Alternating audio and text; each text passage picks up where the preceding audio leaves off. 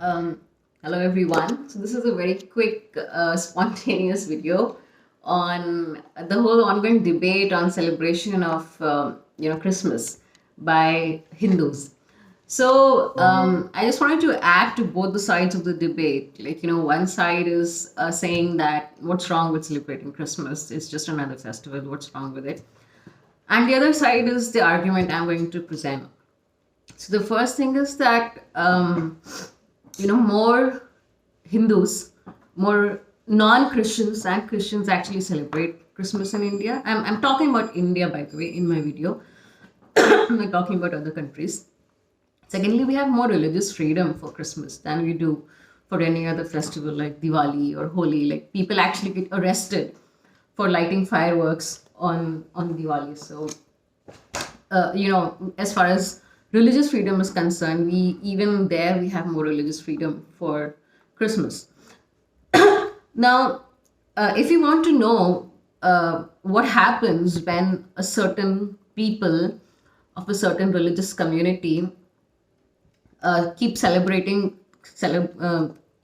Coco, when a certain people keep celebrating Christmas instead of their own festivals, what happens is what you get is things like Africa, things like what happened to Africa, things like what happened to other native cultures like Native American cultures, native cultures from Northern Europe, native cultures from Eastern Asian countries, actually practically any other country. Most of these regions had their own cultures, which are now completely gone. They're completely erased. We don't even know their names. So that is one problem. And the second thing is that, the argument given is that we are all one and it's all in the spirit of religious tolerance and blah, blah, blah. Now, to show respect to some other religion, I can respect somebody else's freedom to celebrate their festivals. I can wish them well. I have no problem wishing Christians on Christmas. But I don't need to convert to Christianity to respect Christianity or to respect Christians. I don't need to celebrate Christian festivals to show respect to Christians or their religion. These are two very, very different things. If I continue to live my life not as a Christian, it is because I consider my religion, my culture to be better than that of the others. Because if I really thought some other culture to be better than what I'm currently practicing, I would convert to that, right? I'm not converting because I still do believe that my own culture is the best. So I can respect others' right and freedom to celebrate their festivals, but I do not need to celebrate somebody else's festivals just to show them respect or just to show them, my tolerance. And then there is the last thing that, where people say, oh, we are all one and it's all the same. Now, with all due respect, we are neither one nor are we the same. Each culture is very, very, drastically different. And no two human beings are the same. We are all unique. We are all individuals. But we are not the same. Even in religions, in Christianity, their belief about God is that there is only one true God, which is their God. My gods are not even accepted as gods in Christianity. So the question of being the same doesn't even arise when my gods don't even get the status of a god as per Christian rule book, right? So how can you say that Christianity and Hinduism are the same?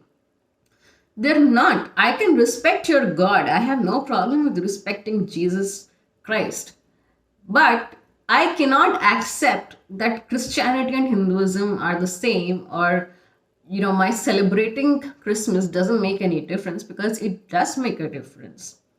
Because I follow religious, celebration as per my culture, as per my agamas, as per my sampradaya. And my sampradaya does not have anything on how to celebrate Christmas, because Christmas is a celebration by a culture which does not respect my agamas, which does not respect my my own system of belief. So this whole question itself of both of them being the same, or both of them being one, is ridiculous. We are neither same nor are we one.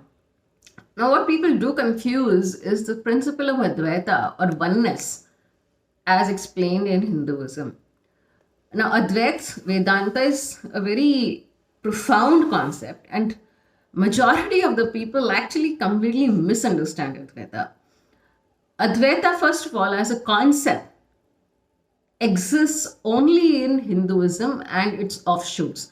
Maybe some offshoots of Hinduism have some sort of a derivative of that philosophy, but as a philosophy, it does not exist in your Abrahamic religions.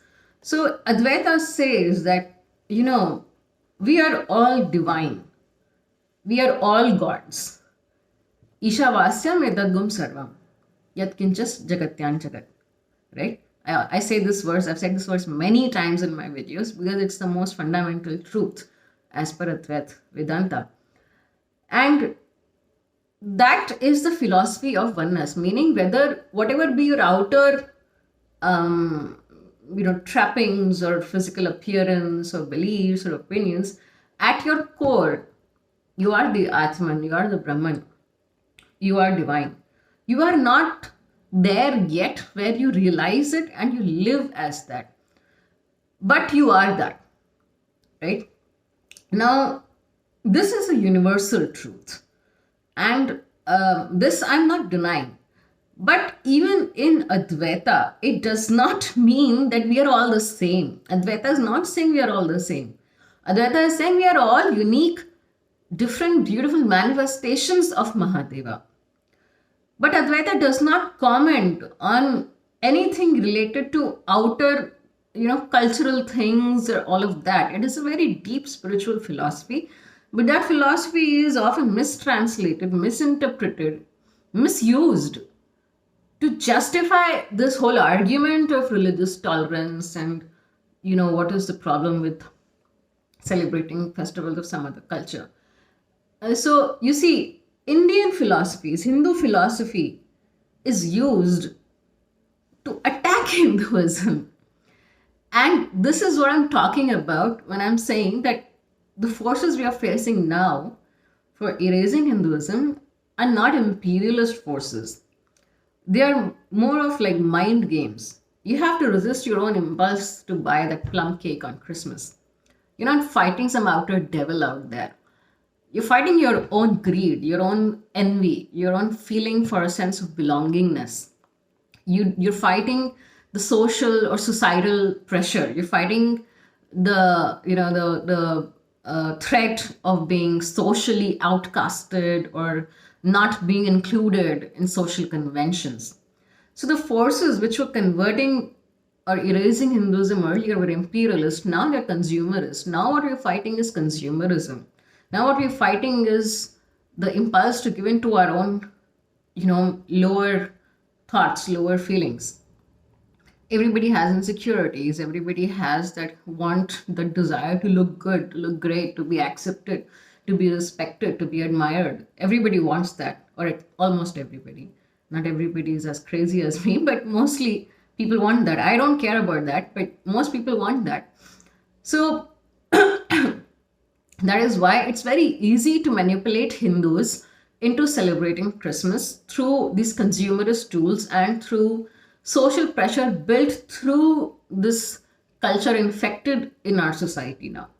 And this culture has come through, of course, various tiers of corruption in what we call as democracy. Democracy, I think by definition, should be understood to be corruption, another form of corruption where not one person is corrupt, but everybody is corrupt. So this is all I have to say. Actually, I don't know if I was able to make a very potent answer, but this is my argument against this whole thing, which is about why is it a problem if Hindus are celebrating Christmas. It's a problem because this is continuing and perpetrating the erasure of Hindu culture without Hindus even realizing it. That's all I have to say. Thank you.